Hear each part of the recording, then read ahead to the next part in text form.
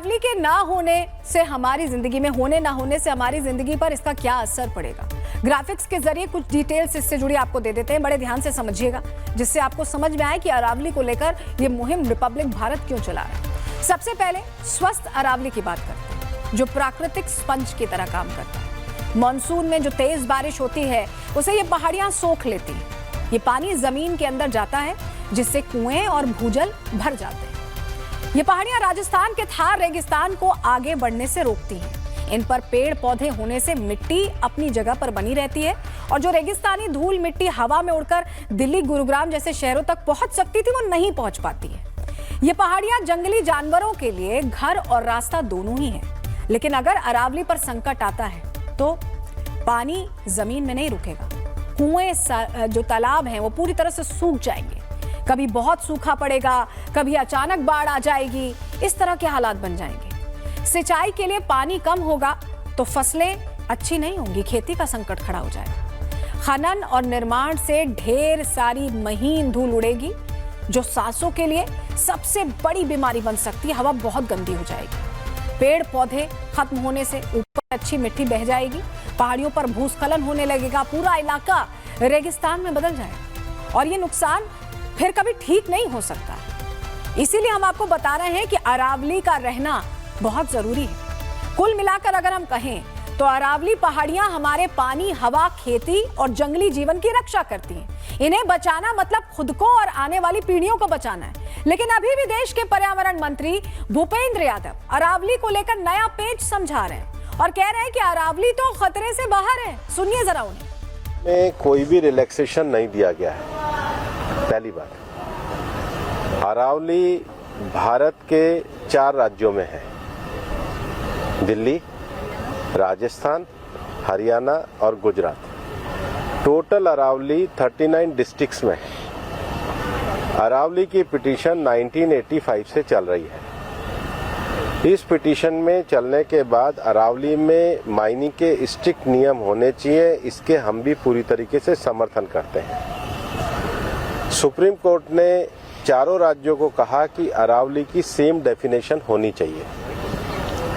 Same definition में 100 metre को, जो कि 1968 का जो जियोलॉजी का स्टडी है रिचर्ड मॉर्गन।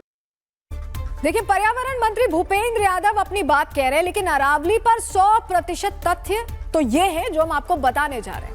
राजस्थान के 12,081 पहाड़ 20 मीटर से ऊंचे, 1048 पहाड़ 100 मीटर या उससे ज्यादा ऊंचे हैं। सिर्फ 8.7% अरावली पहाड़ ही 100 मीटर से ऊंचे। 11,033 संरचनाएं जो हैं अरावली नहीं कही जा सकेंगी ऐसे, अगर बात मान ली जाए तो। 20 मीटर ऊंचाई पहाड़ को हवा रोकने की दीवार है। 100 मीटर वाली परिभाषा का गढ़ना पहाड़ियों को काटने का वैध हथियार जैसे बन जाएगा और उसके बाद मनमानी शुरू हो जाएगी। और इस पूरे खेल से प्रकृति का संतुलन तो बिगड़ेगा ही। और अगर अरावली के साथ कुठाराघात होता है तो राजस्थान के हिस्से की बारिश पाकिस्तान तक पहुंच सकती है और अगर राजस्थान को सूखे की मार झेलनी पड़ सकती है। तो इस पर ज्यादा जानकारी के लिए हमने कुछ पर्यावरणविदों से बात की है। आप भी सुनिए वो क्या कह रहे हैं इसको लेकर। अगर अरावली पे कुठाराघात हुआ तो एक तो यहाँ का जो एक इकोसिस्टम है, जो पारिस्थितिकी है, उस पर कुठाराघात होगा और ये मॉनसून के मेघ जो हैं ये कम आएंगे। दूसरा, ये सारे के सारे मेघ फिर पाकिस्तान चले जाएंगे और वर्षण अधिक पाकिस्तान में होगा और इस इलाके का रेगिस्तानीकरण हो जाएगा। उर्वरा जो भूमि है उसका ह्रास होगा, उसका नाश होगा। हमें एक लाइन तो खींचनी ही चाहिए कि इसके बियॉन्ड नहीं, चाहे वो तथाकथित विकास हो, उद्योगों का कारण बने हो या खनन हो, हम उसकी एक सीमा अगर तय कर लेंगे तो, और वो सीमा भी एक समझदारी में बने। मुझे लगता है सर्वोच्च न्यायालय को इसके ऊपर संज्ञान लेना चाहिए। वही एनसीएआर जिसकी बुरी तरह हवाओं ने सब कुछ जनजीवन को डगमगा दिया है, उस पर भी सीधा कहीं ना कहीं अरावली का संबंध भी है। देखिए, राजस्थान की बारिश पाकिस्तान के हिस्से में जा सकती है, देशवासियों की सांसें संकट में पड़ सकती हैं, लेकिन इसके बावजूद अरावली को लेकर इतना सियासी सन्नाटा क्यों पसरा है? तो इसके पीछे की वजह आपको बता देते हैं और वजह है मोटा पैसा, बहुत मोटा पैसा। दरअसल अरावली खनन का जो बिजनेस है कई हजार करोड़ रुपए का है। सिर्फ अगर राजस्थान की बात कर लें तो हर साल यहाँ 10,000 करोड़ रुपए का बिजनेस सिर्फ खनन से होता है। वहीं हरियाणा में 350 करोड़ रुपए से ज्यादा का व्यापार खनन के जरिए किया जाता है। मतलब मामला पैसों का है, मामला हजारों करोड़ की कमाई का है और यही वजह है कि बहुत सियासी सन्नाटा दिख रहा है। लेकिन इस कमाई और आम लोगों की सांसों के बीच रिपब्लिक भारत खड़ा है। आज अरावली की लड़ाई एक राष्ट्रव्यापी कैंपेन बन चुका है, क्योंकि बात सिर्फ मेरी आपकी नहीं है, बात करोड़ों भारतवासियों की, बात इस देश की है, बात प्रकृति की है।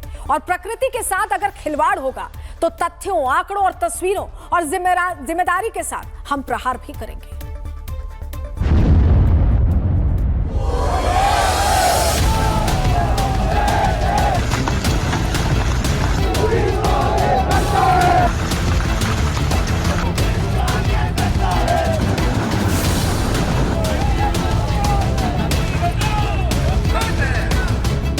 उत्तर भारत की हवा में इन दिनों सिर्फ धूल नहीं बल्कि गुस्सा भी तैर रहा है। ये वो गुस्सा है जो अरावली के लिए एक आम इंसान की आवाज है और इस आवाज को एक मुहिम बनाने का काम किया है रिपब्लिक भारत ने। यह अरावली के अस्तित्व को बचाने की वो जंग है जिसमें सारा भारत एक साथ एक स्वर में अरावली के लिए जंग मैदान में कूद पड़ा है। अब इस सैलाब के सवालों से भागना मुमकिन नहीं, जवाब तो देना पड़ेगा कि जीवन देने वाली अरावली को मौत की सजा क्यों दी जा रही है। गुरुग्राम की सड़कों से लेकर राजस्थान के गांव और सोशल मीडिया तक एक ही आवाज गूंज रही है, #save the Aravallis. Supreme court के उस नए फैसले ने लोगों को सड़क पर ला दिया है, जिसमें अरावली पहाड़ियों को बचाने के लिए 100 मीटर ऊंचाई की नई परिभाषा गढ़ दी गई है। लोगों का कहना है कि ये फैसला अरावली के लिए सुरक्षा नहीं बल्कि उसके अस्तित्व पर वार है। 90% 100 मीटर पहाड़ियां है, आप उन्हें हटा देंगे तो देश में जो पोल्यूशन फैल रहा है, देश में जो स्थिति है, पर्यावरण के साथ छेड़छाड़ है और देश में जो छेड़छाड़ है, जो प्रकृति ने जो हमें सौंदर्य बनाया, जो भारत राजस्थान का जो मुकुट है, वो मुकुट अगर सर कट गया राजस्थान का तो राजस्थान की जनता का हालत खराब होगा। हम हमारी गर्दन कटा देंगे पर अरावली को हम बचाएंगे, आखिरी दम तक हम अरावली को बचाएंगे। हम यहीं पे पैदा हुए और हम यहीं पे मरेंगे। तो हम इसे बचाने के लिए हमें मरना पड़े तो कट जाएंगे, हमें रोड पे सोना पड़े, बुलडोजर चला दो हमारे ऊपर। अरावली की हाइट नापने वाली परिभाषा के पीछे अरावली को मिटा देने वाली सोच शामिल है, क्योंकि इस नई परिभाषा से अरावली की करीब 90% पहाड़ियां कानूनी सुरक्षा से बाहर हो जाएंगी। यानी जो पहाड़ 100 मीटर से कम ऊंचे हैं वो अब खनन, निर्माण और रियल एस्टेट के लिए खुल जाएंगे। और बात महज इतनी ही नहीं है, क्योंकि खनन कार्यों के लिए ये लोग 100 मीटर से ऊंचे पहाड़ों को भी नहीं छोड़ेंगे। प्रशासनिक मिलीभगत से 100 मीटर की ऊंची पहाड़ियों को 60 मीटर दिखाते हैं, 80 मीटर दिखाकर सरकार से परमिशन ले लेते हैं। पहाड़ी नापने के लिए एल्टी मीटर का इस्तेमाल होता है। एल्टी मीटर का इस्तेमाल एक गलत तरीका है और ये सब कुछ उस करोड़ों के कारोबार के लिए हो रहा है जहां पहाड़ों को खाक कर दिया जाता है। और इस खनन कारोबार से जहां प्रकृति जख्मी होती है तो कुछ लोगों का घर भरता है, क्योंकि अरावली में खनन से चूना पत्थर, संगमरमर, ग्रेनाइट, जिंक, सोना, लिथियम ये सब कुछ निकाला जाता है और इससे बनाया जाता है मोटा पैसा।